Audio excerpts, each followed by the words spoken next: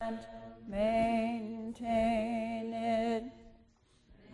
Till we completely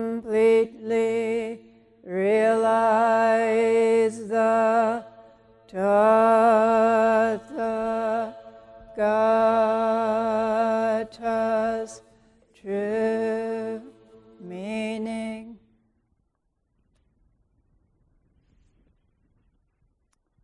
Welcome to the second full day of this short Sesshin, or long weekend retreat. Thank you for heeding the inner call to come and be spiritually uplifted. Our chant begins with silent and serene, forgetting words. Bright clarity appears before you. Silent and serene. Can you sense the underlying serenity, peace in this room? In the meadow outside, in the earth beneath. It takes a quiet mind to be able to sense it. Can you breathe it in? The inner peace that's always there responds to it. It is always there no matter what is happening inside of you or in the world. It is always there no matter what is happening inside of you or in the world.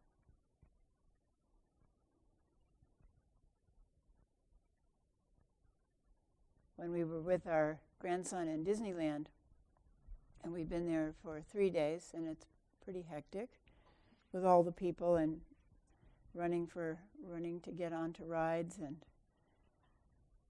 yeah, it's there's people talking continually and moving around. It's just like this mass of people.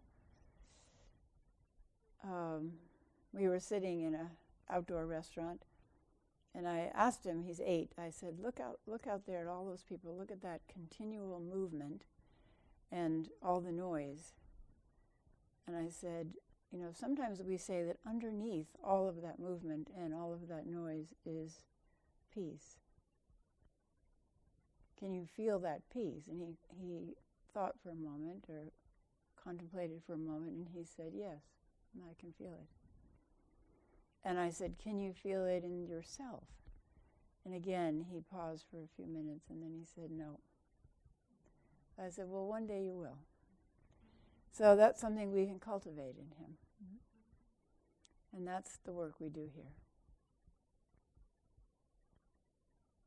If our actions, if our words come from that inner serenity, that inner peace, it makes a huge difference in the world compared to it coming from our inner confusion, our inner anger, our inner suffering.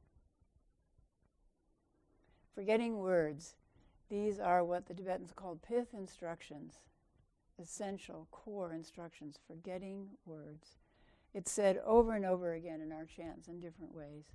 Dogen Zenji says, to think non-thinking. How do you think non-thinking? Non-thinking, he says. Non-thinking. So it's not thinking. That's not the translation. The translation is non-thinking, which is active. Actively not thinking. How to do that? We can only give you hints from our own experience. And our minds are not the same as your mind. What worked for us may not work for you.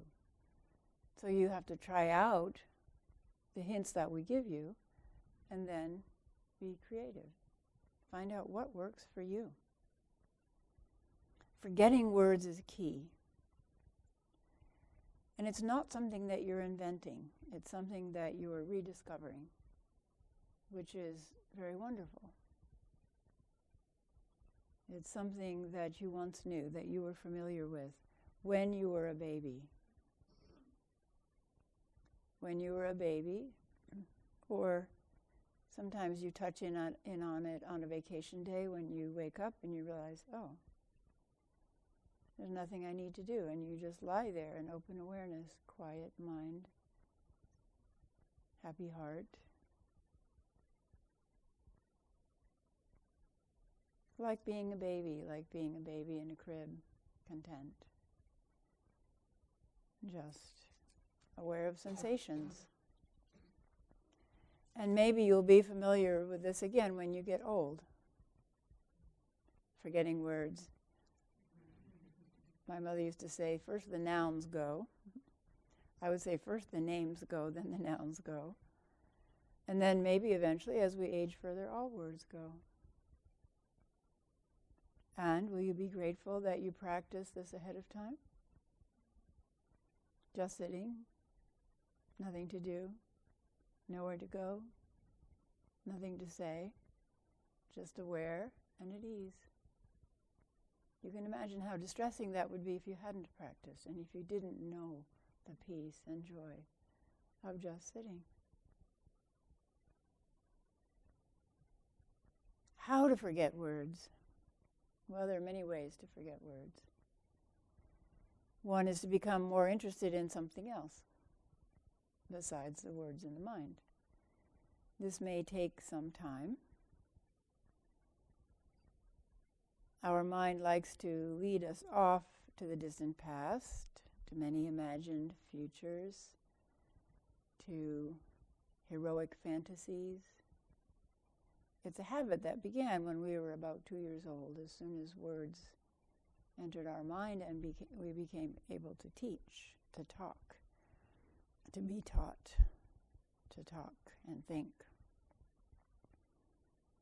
It may take some convincing of the mind. So as I mentioned the first day, to say to our mind, dear mind, you've been working so hard for me all of your life, night and day, dreaming at night, working hard during the day. You deserve some rest. You'll be more productive.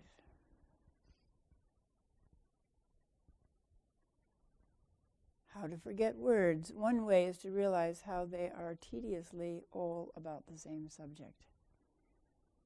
About me. My past, my future, my hopes for a soulmate, my dreams of a better time than now, and a better place than right here. You know how boring it is to listen to people who go on and on and on and on about themselves? Somehow we're not bored when our mind goes on and on and on about us. Kyogen Carlson used to say, if you want to get people talking, just ask them about their favorite subject, themselves. So our favorite subject in our mind is ourself. Why is it that other people's endless discharge of thoughts is boring, but our endless discharge is honored and treasured? These are wonderful questions to ponder in practice. One practice as you sit for hours is to parse your thoughts by asking, oh, is this thought basically about me and my suffering, how to get rid of it, or me and my happiness and how to produce it or hold on to it? If the answer is yes, especially during a retreat, then just let it go. Go back to the practice of concentrating or back to relaxed, open mind. You can also ask your mind. So you see, when you're doing the asking, when you're doing the noticing and the asking, you're already in a bigger mind. You're in an aspect of big mind, expanded mind, original mind. The one that can look at what's happening, consider it, and make decisions about what to do. You're already in awareness. So you can also ask, is it really, really, really vitally important to think about this now? If not, to let it go. And then there are various ways to imagine letting it go. You can imagine putting it in like a helium balloon, like in cartoons, where they have the thought bubble, and then just letting it float away. Or you can imagine putting it in a box, all these thoughts in a box, marked open later. And then if the mind keeps returning, to its favorite subjects, then tell the mind, okay, at the end of this sitting period, you can think about it for 10 minutes. That's it, 10 minutes. Be efficient. You only have 10 minutes. And that's very interesting to see what happens. The mind is very tricky. Once we begin to lose interest in thinking about what really are silly things, like what will we have for lunch? Why is that silly? Because all the thinking won't change what we have coming for lunch. Or what kind of house will I live in 10 years from now? Or what shall I wear when I get married, when you don't have a partner? Or how will I react if I get cancer? And off goes the fantasy. When we lose interest in one subject that the mind produces, it ups the ante and it brings in bigger, scarier subjects. That warm sunshine sure feels good today, but what about global warming? What are you doing about global warming? Nothing. You're just sitting here and letting it happen. And how about a nuclear attack by the North Koreans? The military says there's evidence that they're building. That's when you say to the mind, be realistic. All the worrying in the world will accomplish nothing except making this whole system of body, heart, and mind tie up in knots with anxiety. If there's a nuclear attack, I will respond at the time. And a clear mind will help me do that. Our hope, and eventually our experience, is that the practice we do in the relatively good times, like these 3 days, will be there when, will arise spontaneously when we need it in difficult times. So one of our members has a story about that happening. She was in Hawaii with her husband and 2 friends, and they had arrived at their condominium and settled in for the night, and when they woke up in the morning, all of their phones simultaneously went off with an alert that a nuclear attack had been launched towards Hawaii, which is where they were on vacation. And they were all kind of bewildered, and they went out on the porch of their condominium, and everybody else was out on the porch of the condominium looking at their cell phones. And then a police car went by saying, this is not an exercise, this is real. So then what do? You may not live very long. You don't know how long. And the whole context is, this is real. This is really happening. So what did she do? She remembered a retreat on preparing for your own death, which we traditionally do in February, in which we did an exercise where we brought that inevitability closer and closer. So we started with 5 years to live. What would you do? A year to live. What would you do? A week to live. And we finally arrived at less than an hour to live. What would you do? All communication is cut off. You don't know what's happening except that there's been a nuclear attack. So this became a reality. But fortunately, it had been practiced before.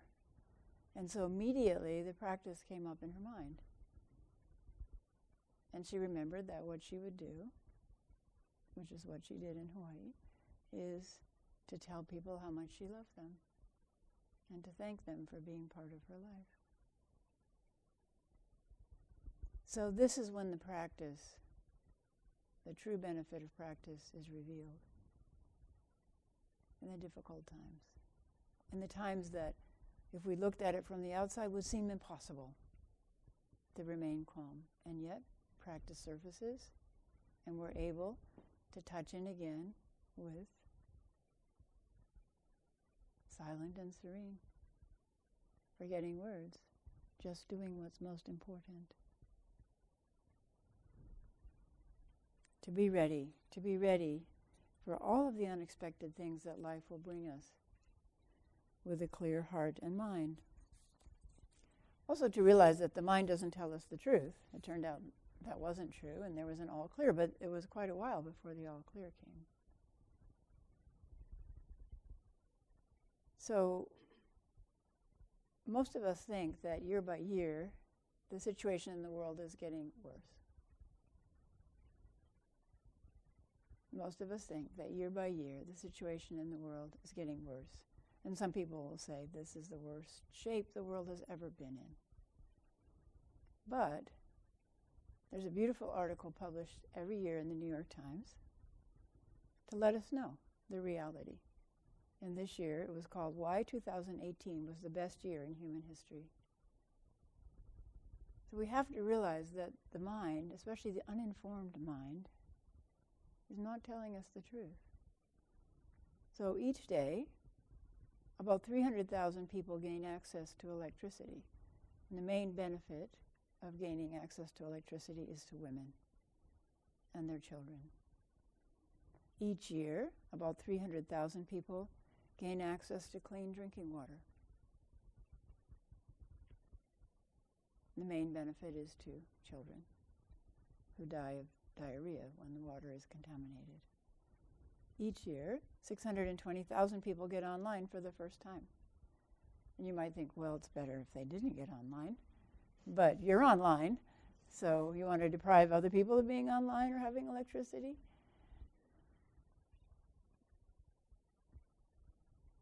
Never before has such a large portion of humanity been literate. This is from the article. Been literate, lived such long lives, had access to family planning, or been confident that their children would survive. In the 1990s, 30,000 children died each day.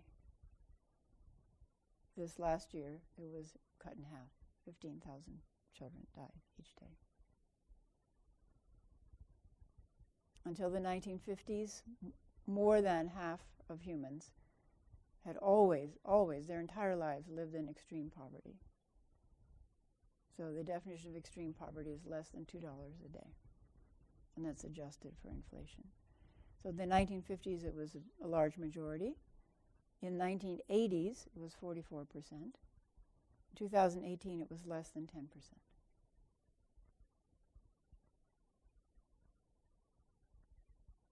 And one of the researchers who helps compile these statistics said, every group I ask thinks the world has become more frightening, more violent, and more hopeless.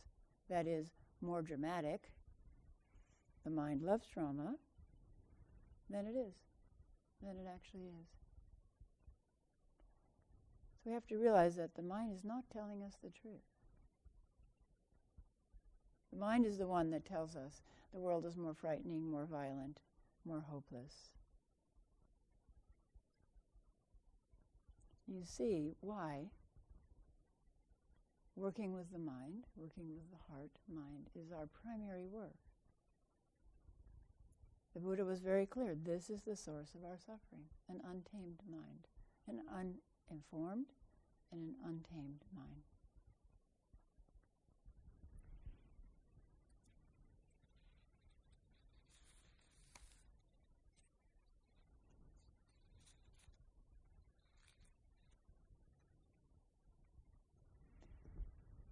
There are a few fundamental questions in our practice, and one of them is, why would your mind rather think than be present? Why would it rather fantasize than be present? These are fundamental questions, so you can ask your mind about it, study it, be curious about it. Every time your mind wanders, why would you rather be there than here? Is there something attractive over there that's not present here? Is there something I don't like here that I can eliminate when I go there? Ask your mind about it. We finally begin to be convinced that relaxing the mind and letting go of thought is helpful when insight begins to arise in the space of open mind, in the spaciousness of big mind. You're sitting. Maybe you turned over a problem in your mind, a nagging problem. Then you sit, you let it go, and you return to breathing or listening. And then suddenly, you see the problem in a new way. a possible solution arises. This is when the clarified mind becomes a channel to prajna paramita, wisdom beyond wisdom. The channel to wisdom beyond wisdom is always, always open. In fact, there is no channel, there is no barrier, but our constant stream of tangled thoughts and emotions born of fear, desire, clinging, are what block it, what block our access to it. This is an aspect of bright clarity appears before you. Bright clarity appears before you. You can't force it to happen. You can clear the ground for it to illuminate your mind. These little insights and eventually much larger revelations, these little insights, as Jogan was saying, are little glimpses that we get. Oh, I see. When I open the mind, interesting things happen. These little insights and eventually much larger revelations. These bigger insights, these revelations are wonderful, but they have larger consequences for how you live your life. That can be an alarming discovery. When you realize, oh, I have to fundamentally change how I live, what I believe. The operating instructions for my life. Much larger consequences for how you need to change if you truly want to take off the burdensome backpack of your suffering.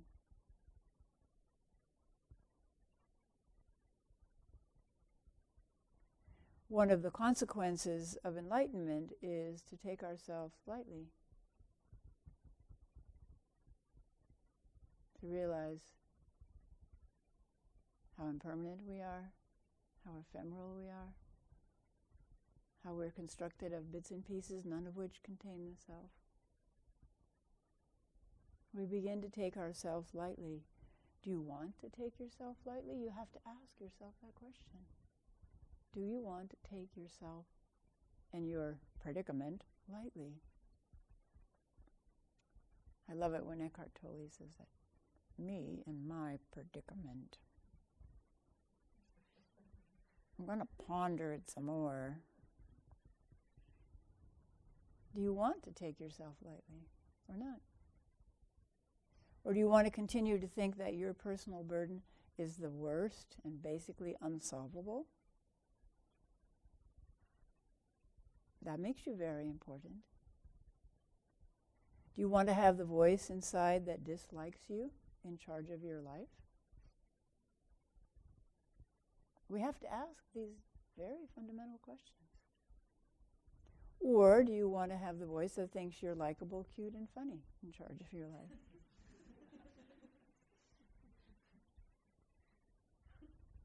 Through practice, we begin to have a sense of humor about this funny, constructed self and all the strange thoughts that our mind can generate. What if all the mistakes that you've made in life were put on a blooper reel and you could just watch and laugh? We love to do that for other people, right? Actors and actresses, we just love to watch the blooper reels. And usually when you know what they do when they make a blooper? They laugh. They laugh with each other, and then they get serious again and go back through the serious lines again. I was watching one the other day, a show that I used to watch, and this very serious person is talking next to his horse, and the horse's tail lifts up, and the horse starts going poop. And all the cast and crew start crack up, It's like the horse is saying, that's what I think of how seriously you're taking yourself.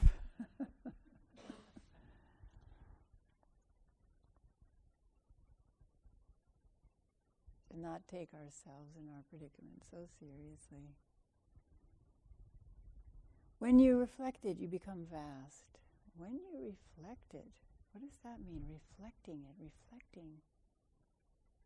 emptiness, reflecting luminosity. You become vast. Becoming vast, impacting the world in a positive way, depends upon the mind reflecting emptiness, spaciousness, spending time in the clear light of awareness. Reflecting also refers to the clear mirror. Jewel mirror samadhi.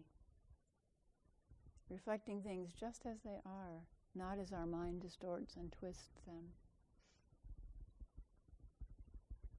When the mind expands in that way, when we're able to let down the walls and become intimate with everything, inner illumination restores wonder. Many people have had this experience in retreat, that the grass becomes luminous. They can bask in the golden glow of these Zendo floorboards. That the little shining bits on the sidewalk become a path of jewels.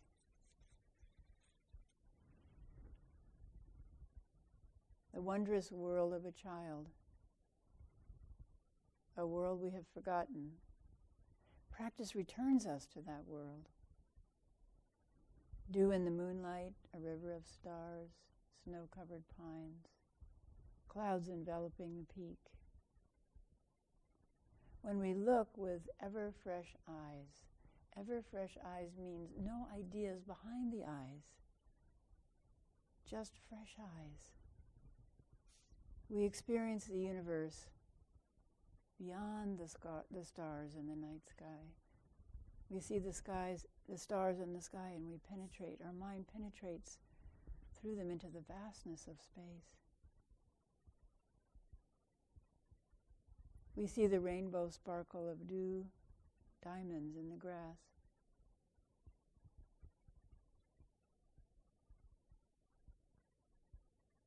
We see clouds swirling around a mountain peak like steam from a giant's kettle.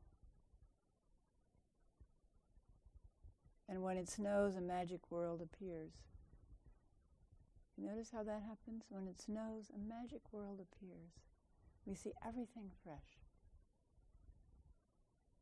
for a while, until we don't.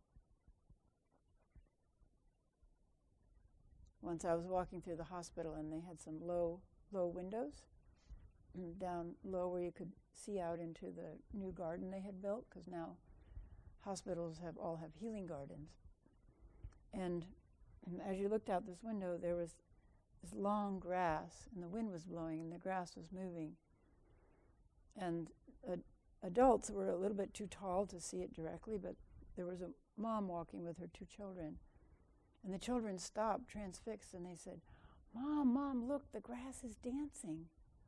And I waited, and she stopped, and she looked with them. She said, yes, it is. Isn't that wonderful? And I thought, bless your heart as a mother, that you could drop back into that wonder with them and support it. When wonder exists in serenity, serenity of the heart-mind, when wonder exists in serenity, all achievement is forgotten in illumination. So that mother probably had an achievement in mind. Let's get these kids to their appointment in time.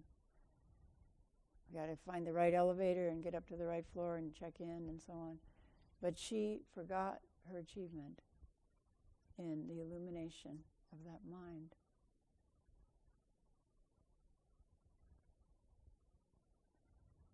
We see the snow-covered pines in a most intimate way. Oh.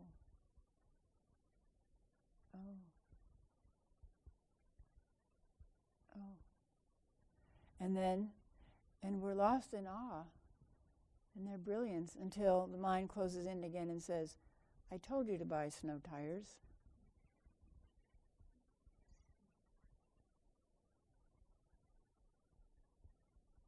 What is this wonder? Alertly seeing through confusion is the way of silent illumination and the origin of subtle radiance. The origin of subtle radiance. It all depends upon seeing through thoughts. It all depends upon letting go of words in the mind, being more interested in what is actually true. The taste and texture of squash in the mouth instead of thoughts about a future gourmet meal. The gourmet meal, the unsurpassable nourishment and contentment of this wondrous life, is here all the time, right here all the time, just waiting for us to turn away from thought and turn towards awareness, to treasure peace and quiet, to treasure space in our mind,